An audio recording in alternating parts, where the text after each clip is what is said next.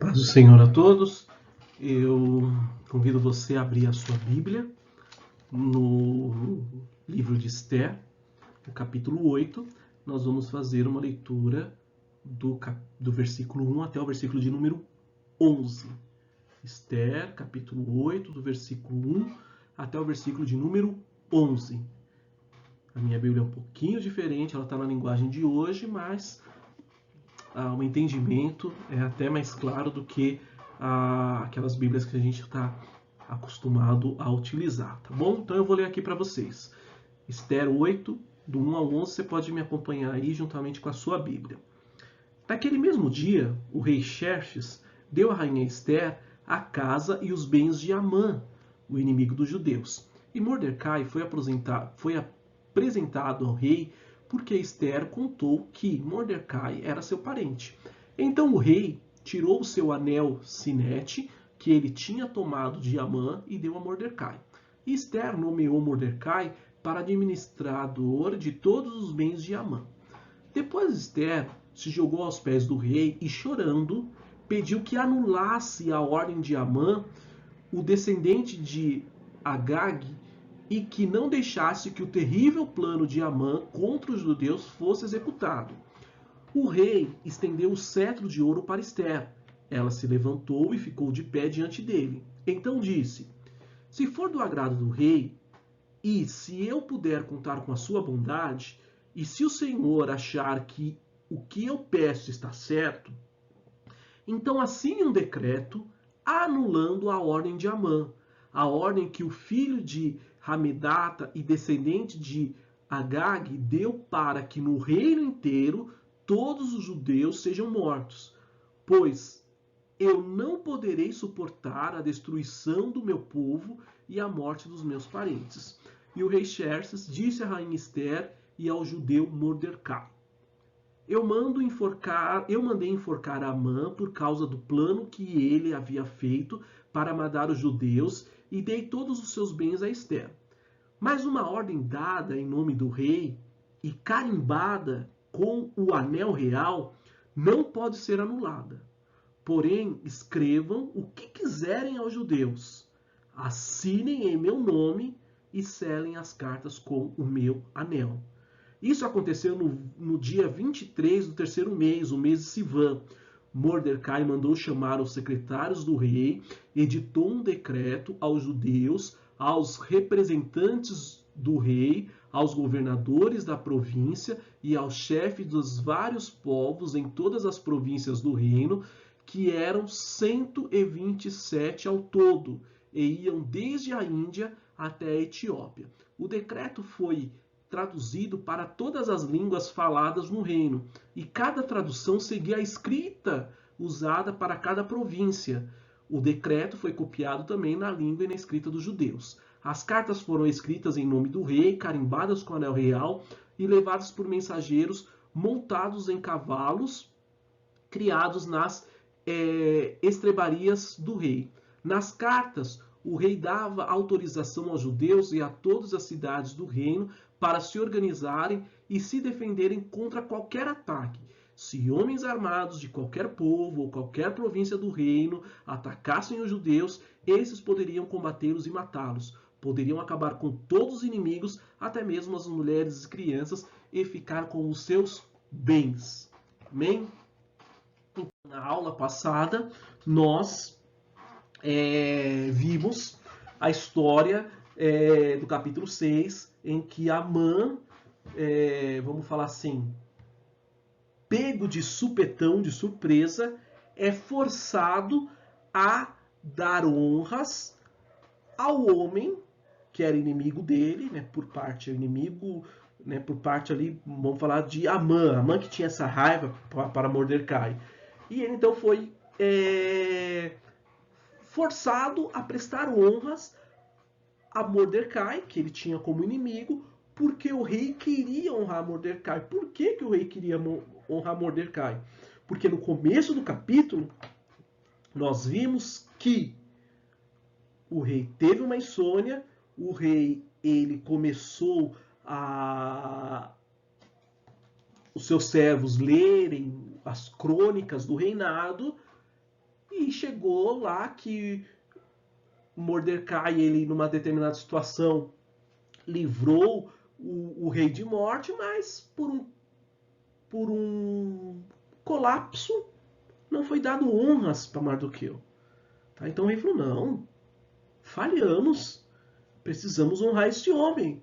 E aí quem está chegando na hora que justamente essa discussão está girando? Amã, que ia pedir para o rei para enforcar Mordecai. Tá?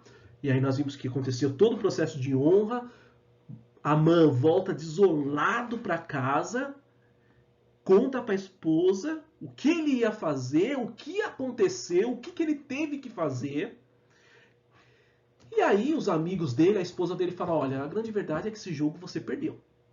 Tá? Enquanto estavam ainda discutindo sobre essa questão de, olha, seu plano aí foi por água abaixo, chegam os eunucos e levam Amã para a festa que ele era convidado de honra de Esther, juntamente com o rei Xerxes, o rei Assuero. Tá? Então nós estamos aí agora nessa aula finalizando a parte 2 do livro de Esther e iremos entrar na parte 3 do livro de Esther. Tá? Então no capítulo 7 nós vamos falar então da denúncia de Esther para com Amã, tá? Então, eram Amã, tanto Assuero, convidados de honra por esse banquete que foi promovido por Esther.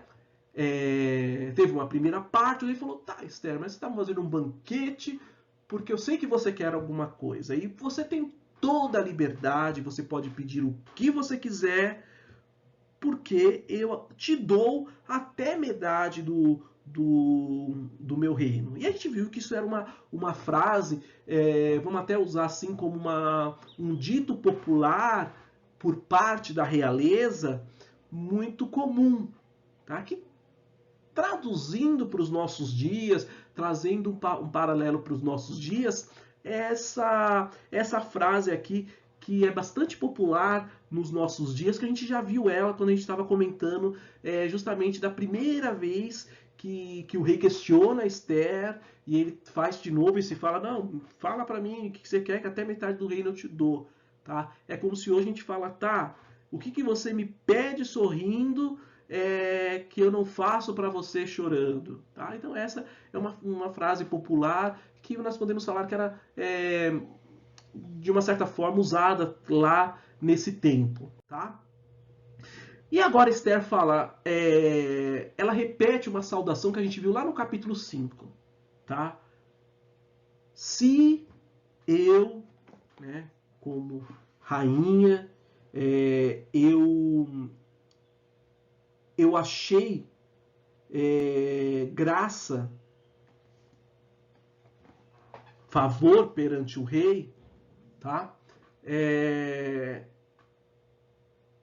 Ela pede então que a vida dela e do seu povo sejam poupadas, né? Então vamos pensar aqui nessa figurinha que eu coloquei aqui, que ela precisava o quê? Ela precisava de um livramento, tá? Ela precisava de um livramento, tá? Então ela estava pedindo para que o rei fosse alguém que ia conceder então esse livramento para ela, tá? Que a vida dela e a vida daqueles que ela mais amava, que era o povo dela, fossem poupados, tá? E aí, imagina ela falando isso pro rei, o rei ali fazendo uma cara tipo, Esther, eu não tô entendendo nada do que você tá falando, tá? E aí, ela se sente na obrigação de fazer uma revelação da verdadeira identidade dela, tá? E aí, ela cita a identidade dela e ao mesmo tempo ela cita vamos falar assim, um plano, né, vamos até falar maligno, que tinha para com esse povo que ela pertencia. Então ela começa a fazer uma referência lá ao capítulo 3, que nós estudamos. Olha, porque Nós, o meu povo, nós fomos vendidos. O que ela estava querendo dizer aqui? Ela estava querendo dizer a referência que nós estudamos lá no capítulo 3, da propina, né, de Amã ao monarca, para que aquele plano dele de matança nos judeus se seguisse em frente. Se nós pegarmos lá o capítulo 3, o versículo 9, nós vamos ver que...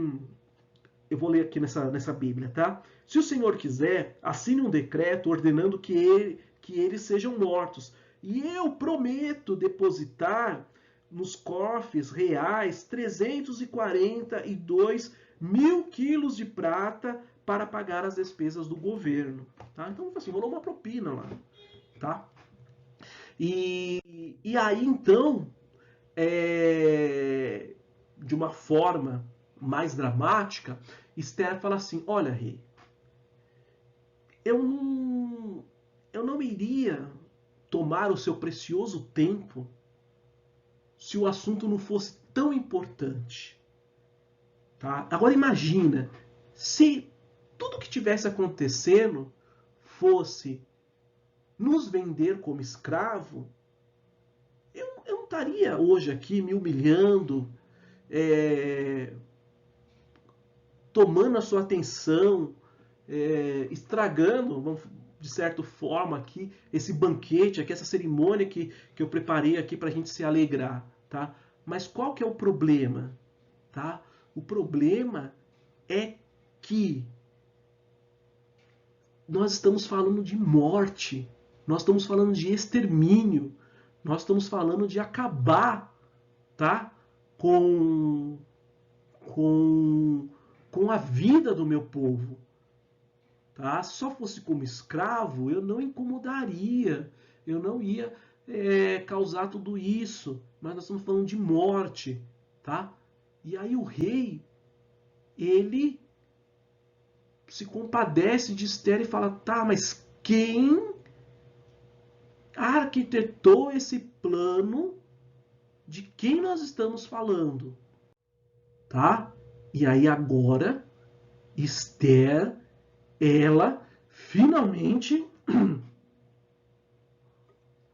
expõe o culpado.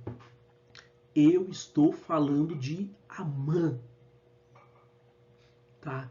Ele é um inimigo do meu povo. Ele é um inimigo do povo judeu. Tá? E a Bíblia nos fala que Amã ali, ele se perturbou perante o rei e a rainha, né? Ele ficou ali numa saia justa, ele ficou ali atônito com aquela declaração que a rainha estava fazendo que ele não esperava, tá? E aí, qual que era o mais agravante? Durante todo esse tempo, Amã, ele estava arquitetando o plano contra o inimigo dele, que era Mordecai, colocou nesse bolo os judeus e, de tabela, ele também estava colocando o risco da rainha em xeque. Porque quando estava falando do povo judeu, então estava atacando Mordecai, que era declaradamente um judeu, também a rainha, que até então ela tinha escondido essa informação importante, mas se descoberto, falou: não, a gente tem que matar a rainha porque também ela é da linhagem dos judeus, ela é uma judia. Tá? A grande verdade é que o rei, ele ficou transtornado com o que ele acabara de ouvir. Sabe quando alguém te dá uma notícia que você fala: não, eu não estou acreditando nisso. E mais, pensa numa notícia que te traz como algo que representa uma perda financeira, enfim. Aquilo te deixa tão furioso, né, que o rei, ele, naquela situação, ele se ausenta do salão real e vai lá para o jardim palácio. Sabe aquela ação que funciona? Para eu não fazer besteira, eu preciso sair daqui, eu preciso respirar, eu preciso 5 minutos. E aí ele saiu lá para fora, tá? Evidentemente que isso aqui era algo muito incomum, tá? Um rei ali sair do palácio num banquete para ir lá para o jardim, não faz sentido, não é. A festa é aqui, tá?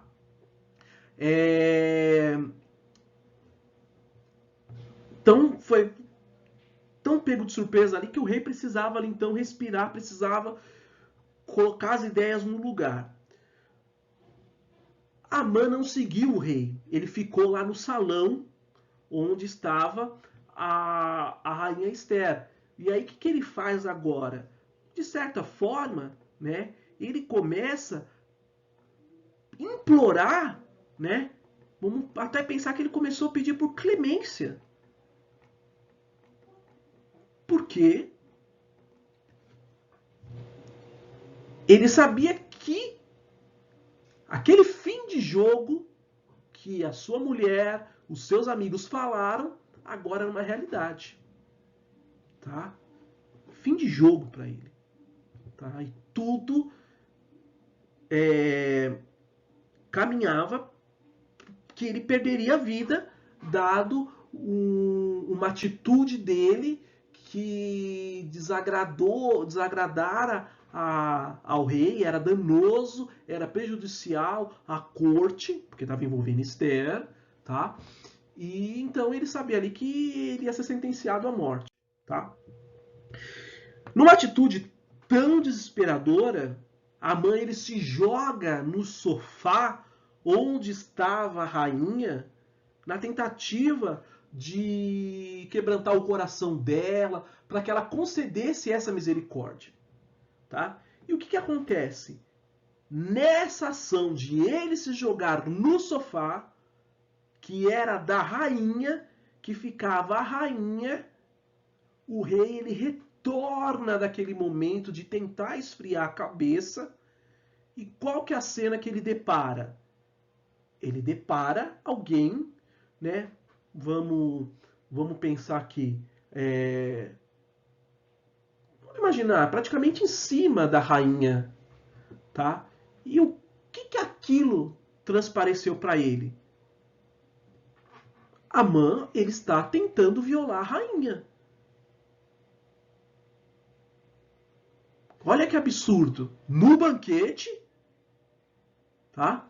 E a tradição da época, tá? Do Império Persa, né? Qual que era? Era uma regra muito rígida em relação às mulheres. Essas mulheres do rei, né, que não era uma, não era duas, enfim, elas eram guardadas, elas eram ali, como que eu posso falar, protegidas, né? Estavam sob a custódia de um eunuco, tá? O eunuco era o único que tinha acesso, vamos falar assim, a tocar, a estar muito próximo dessa mulher, vamos pensar, a pegar na mão dessas mulheres, tá? Ah, mas por que o eunuco? O eunuco é a figura de alguém que ela é castrada, tá? Então não tinha nenhum problema do eunuco ele se engraçar por uma das mulheres do rei, tá? Dada a condição dele que era castrado, então não tinha nenhum, vamos falar assim, não tinha nenhum risco, tá bom? Mas agora vendo essa cena, vem cá, o cidadão, ele está praticamente agarrado com a rainha, ele está muito próximo, tá? Ele não é o eunuco tal, então já foi para aquele lado, ele está tentando violar a rainha, tá? E a grande verdade é que o rei já estava de cabeça cheia, quando volta ele estoura, ele fica enfurecido com aquela cena, tá? E aí a Bíblia nos fala que agora os eunucos eles vêm e cobrem o rosto de Amã, tá? Então o rei quando vê aquela cena ele esbraveja, então quando ele está terminando de esbravejar, já vem os eunucos ali e colocam um um saco na cabeça de Amã. Ter o rosto, né, a cabeça coberta, era uma típica sentença de morte. Tá? Então agora só estava, mais uma vez, se confirmando o fim da linha para Amã. Tá? Arbona é um desses eunucos. Tá? Então Arbona, o que ele faz?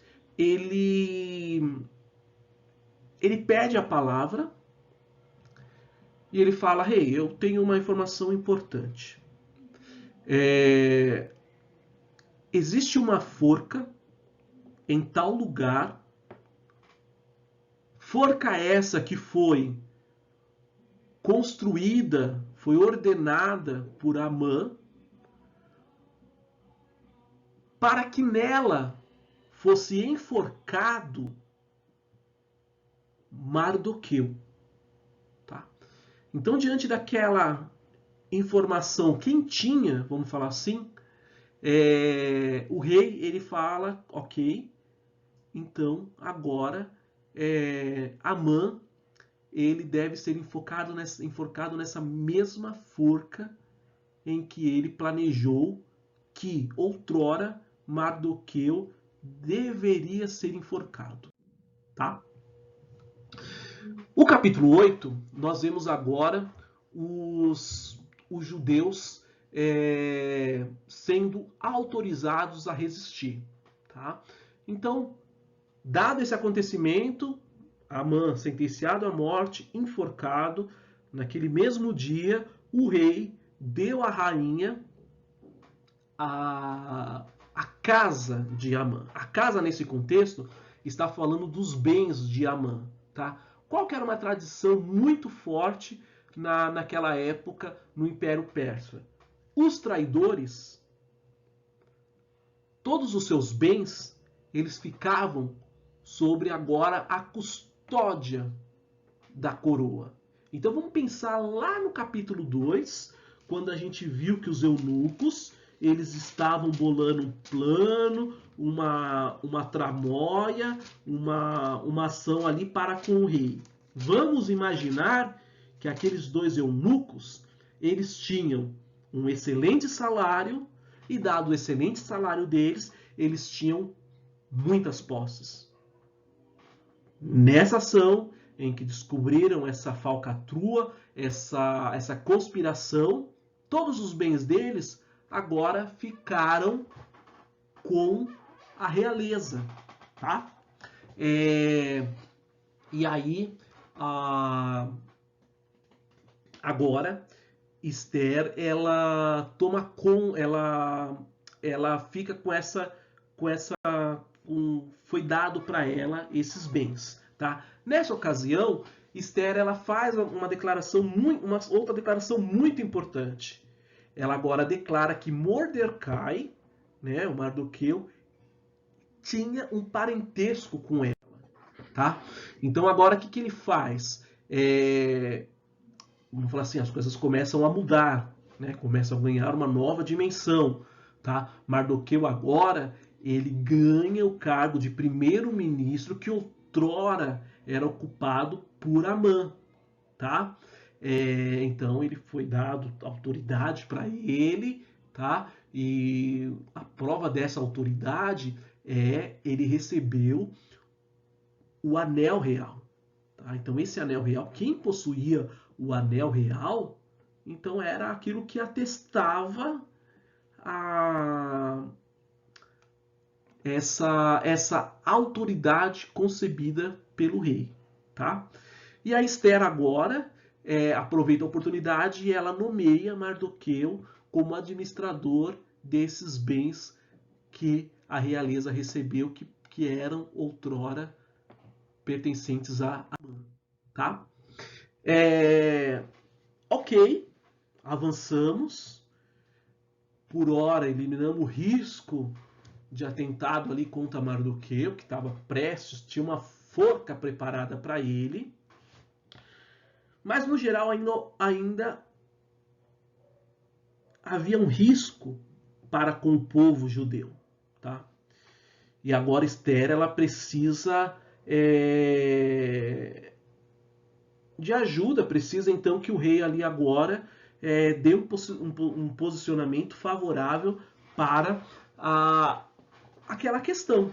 Tá? Então ela se aproxima do rei, vamos falar assim, a aceitação da aproximação, ela era evidenciada quando o rei estendia o cetro de ouro para aquela pessoa, tá? No caso a rainha Esther, pela segunda vez aqui, ela tem esse cetro de ouro estendido para ela, então o rei concede permissão para que ela falasse, para que ela pedisse alguma coisa, tá? Então Esther, o que ela fala agora? Ela pede para o rei que fala assim, olha, rei, eu preciso que aquele decreto que foi feito ali por Amã, que o rei aprovou contra todos os judeus, eu preciso que esse decreto ele seja revogado, tá? Então Esther, quando ela faz esse pedido, ela se coloca, ela faz em primeira pessoa, não falando, por eles, não, é por mim, eu estou nesse barco, tá? Mas como isso aconteceria? Como isso seria possível fazer? Tá?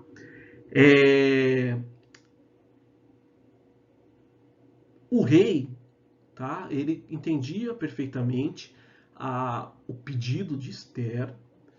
Ele aproveitou, né, para deixar claro que, olha,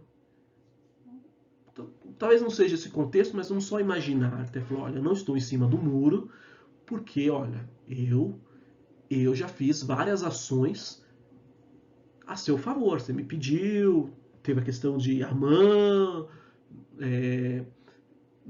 nomeei Mardoqueu, que Mardoqueu, né, vamos falar, nesse episódio que a gente está falando agora, ele estava presente, tá? Mas qual que era a grande questão? A grande questão era que um edito, uma escritura, um decreto, aqui está faltando uma palavrinha, tá? Não podia sofrer alteração, tá? Em contrapartida, como que poderia ser resolvido esse dilema? Poderia ter um outro decreto anulando aquele primeiro, mas eu não podia falar assim, olha, sabe aquele decreto que eu fiz? Estou com um papel aqui. Pega lá e rasga. Isso não podia acontecer. Um decreto era um decreto. Então precisamos modificar aquele decreto. Então a gente vai fazer um novo decreto, tá?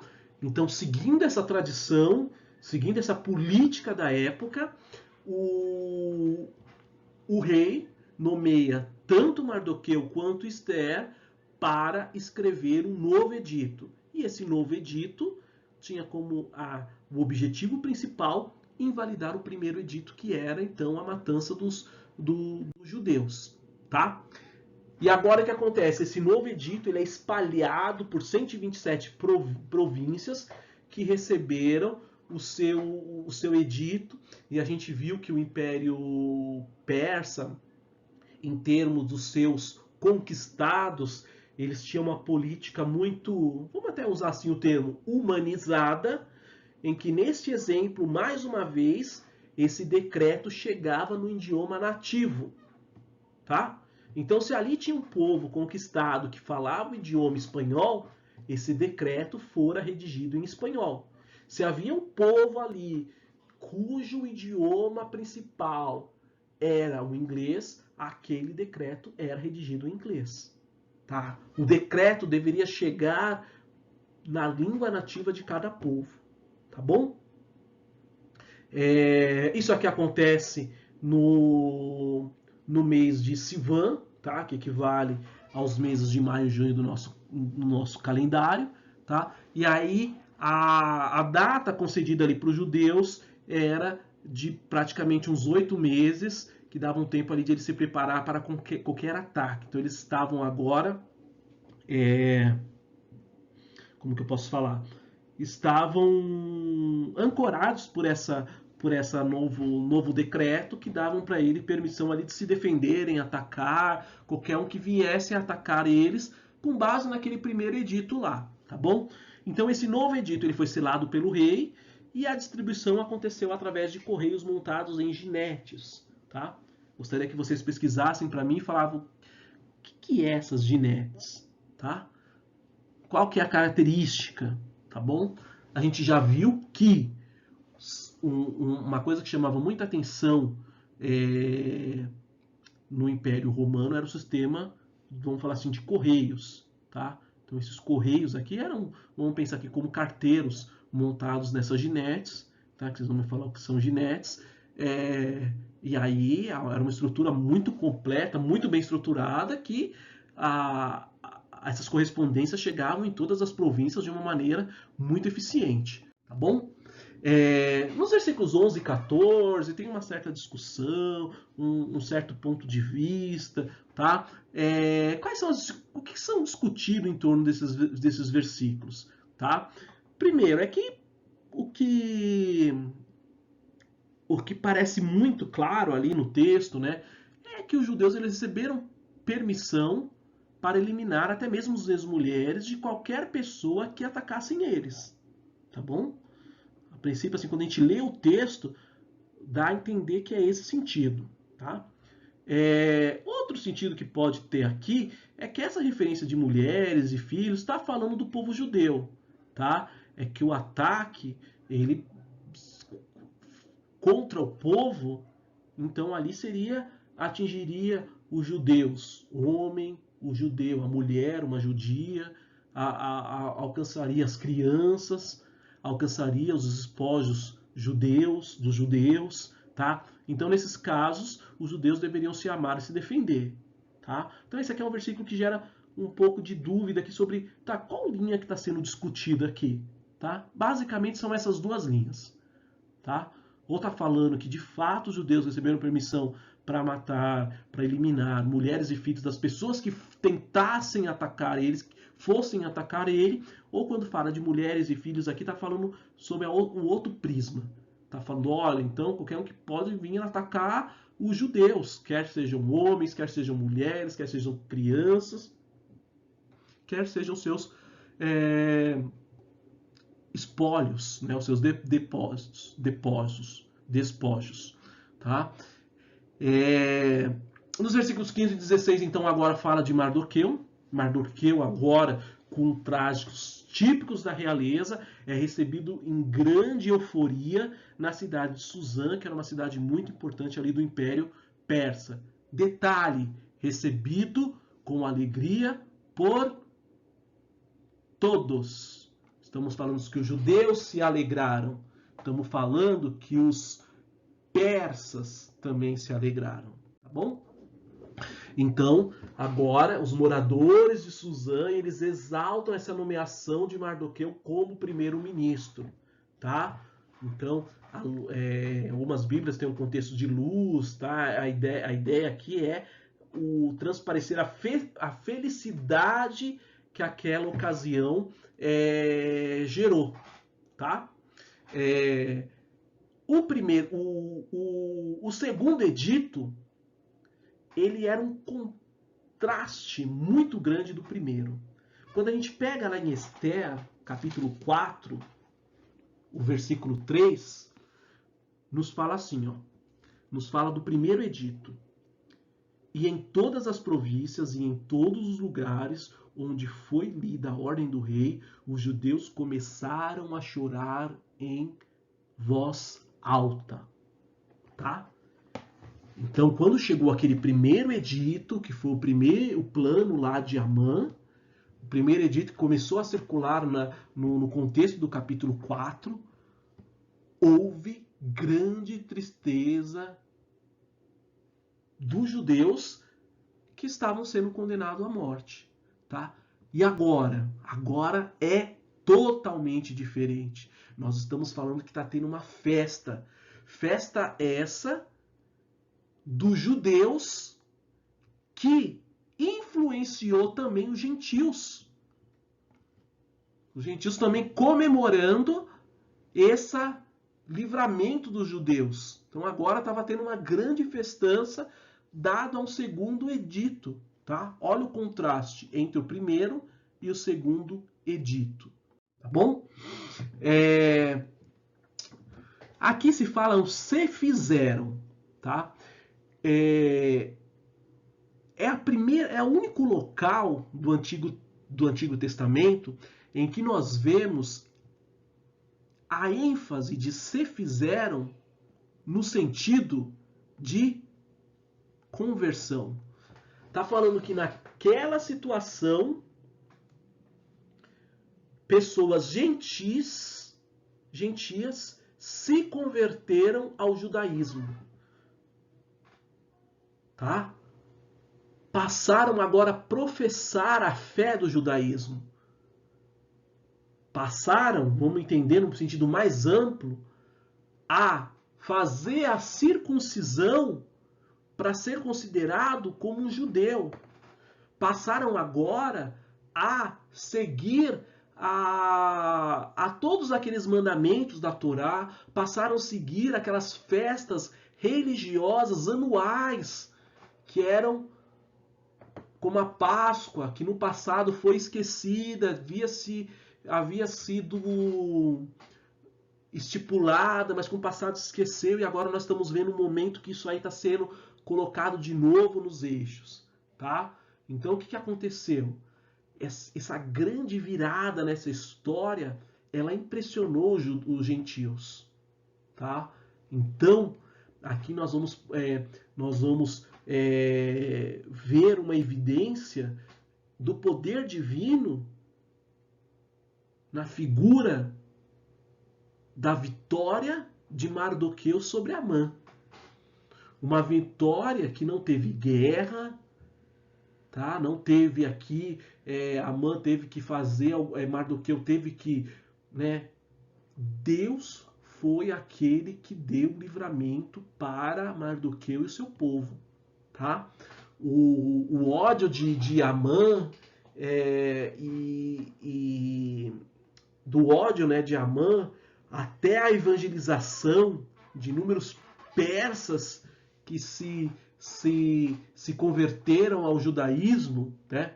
Nós vimos aqui, de fato, uma grande virada, né? Uma virada assim que nós não esperaríamos, nós não imaginaríamos, nós, num primeiro momento ali, se nós fôssemos apostar, falar, não, isso aqui não tem jeito, isso aqui tá... Não, o final vai ser esse, vai morrer o povo judeu, vai morrer Mardoqueu, o risco também para a rainha Esther se ela declarar que ela é judia, tá? Mas aí nós vemos essa grande virada na história do livro de Esther, envolvendo desde o ódio de Amã até essa conversão dos persas, né? E quando eu estava fazendo isso aqui, eu até lembrei de um filme que eu particularmente gosto muito. Eu não sei se vocês já tiveram a oportunidade de assistir, mas o filme é esse aqui, ó, é A Virada, que ele é do mesmo produtor do Desafiando Gigantes, que para mim é um dos meus preferidos, tá? Então quem não viu esse filme, é um filme muito interessante, né? Que aí a gente pode ver também a mão de Deus aí mudando situações, né? Literalmente virando a chave. Amém? Então, para a reflexão dessa aula, que eu gostaria de deixar com cada um de vocês, essa frase aqui que quando eu estava fazendo a lição, eu estava pensando, tá? Deus muda cativeiros, tá? Deus quebra correntes. Deus, ele faz brotar a água de onde não tem. Ele humilha o grande e exalta o pequeno, tá? Então, o Deus que nós servimos é um Deus que muda cativeiros. Eu não sei que cativeiro que você está passando, tá? Mas a mensagem que eu tenho hoje da parte de Deus para vocês é que nós servimos um Deus que muda cativeiro. E a prova que ele muda cativeiros é essa que o povo judeu, lá no livro de Esther, na história de Esther, na história de Amã, na história do rei Assuero, de Xerxes, estava condenado, era o fim. Mas aí nós vemos Deus mudando o cativeiro. Amém? Deus abençoe a vida de vocês.